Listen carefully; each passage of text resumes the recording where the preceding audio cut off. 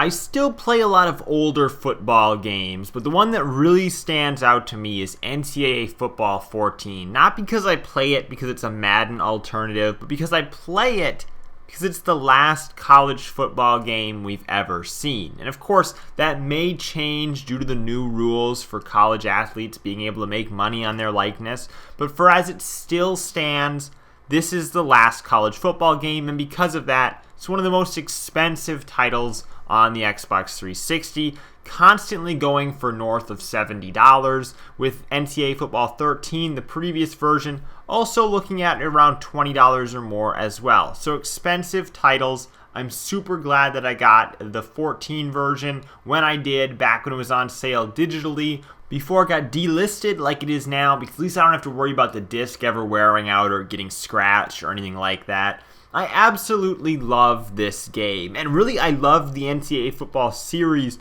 all the way through up until it came to an end here in 14. And there's really three big reasons why these later Xbox 360 titles I enjoyed so much. And the first reason is the Teambuilder. This is no longer functioning. You can't create a team on Teambuilder anymore, but you can still download teams that people created back in the day, and there's a ton of them available to download. So, of course, with a college football game, there's like 100 colleges or something insane in the game, just tons of teams. But, one of my favorites, NDSU, was not in the game, and other FCS teams aren't in the game either. And, of course, your Division II and Division III teams you won't find in here as well. So, lots of colleges that could be missing. More than likely, you can find them on the Teambuilder. Now, this was a website application that EA created. You'd go on the Teambuilder website, you'd create your team, it would get uploaded into EA's server. So, the actual logos and a lot of the different assets that appear in the jerseys are pretty accurate because people uploaded files that they took offline or edited on their PC to this website and was able to actually create the jerseys and whatnot on there. So obviously when you're moving things around with a mouse, you have a much greater degree of control. And because of that, the jerseys and the different teams that are created actually look really good. So being able to still download these today is awesome. Plus, you're able to actually download ones that were created on older versions of the game as well. Teambuilder feature was implemented in 10, so between NCAA Football 10, 11, 12, 13, and 14, there's tons of teams that were created and are available on EA's servers still, which are up and running for NCAA Football 14, which brings me to my reason number 2 why I still really enjoy this game today, and I think it's so special, is the user-created rosters that continue to be updated. So there are up-to-date rosters still for this game available to download because of the great people in Operation Sports. And because the servers are still up on this game, you can just download it directly through the game. You don't need to copy it through a USB thumb drive or change the different profile things on Horizon related to it to get it to match the security check on your console. No, this is as simple as downloading it in-game, unlike what you'd have in All Pro Football 2K or Backbreaker, where it's a little bit harder to get the custom teams set up. So I think that the fact that people are still putting in the time to keep these updated is absolutely amazing.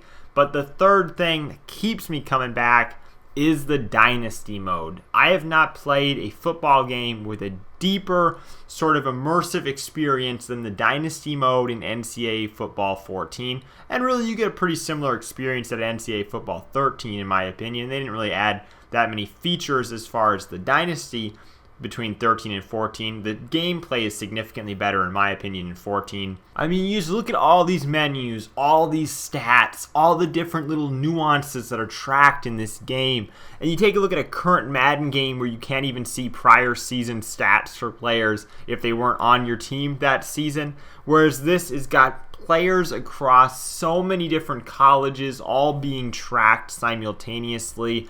This is a game that you can really nerd out on. As far as like the recruiting goes, I mean, you can get deep into the analytics of this game between trying to decide what players to recruit, trying to decide what pipeline states to set up. There's just so much to think about and so much to strategize, and over the course of dynasties that go on decades, of course, you can attempt so many different approaches. Not to mention the RPG style skill tree that's there for the coaches, yourself being a coach, and then your 2 assistant coaches. You're upgrading the skill tree, improving them. That has an impact on the gameplay. There's just so much to do in this game. It's just so deep. And while I know spending $70 on an old football game doesn't make sense for most people, I'd recommend at least checking out NCAA Football 13 because I think you'd be hard-pressed to find a better, a deeper sports gaming experience than these games offer. Now, of course, if you're a true die-hard college football fan, I'd say spend the extra money. Go for NCAA 14 because if you can get those updated rosters, I think that if you're a true college football fan, you know the players, I think you'll get a lot of value out of having the correct rosters instead of using those older rosters. And of course, you'll want to seek out some sort of named roster, or if you really don't care, just use a randomly generated roster because of course the default rosters that are going to come in the game will say like quarterback number 4 instead of saying the quarterback's actual name. It's kind of the way always the NCAA games work because they couldn't say the player's actual name. So regardless of what you do, seek out a named roster or use an auto-generated named roster, which you can do in-game. Thank you guys for watching. I'm Bailey, and I'll see you in the next video.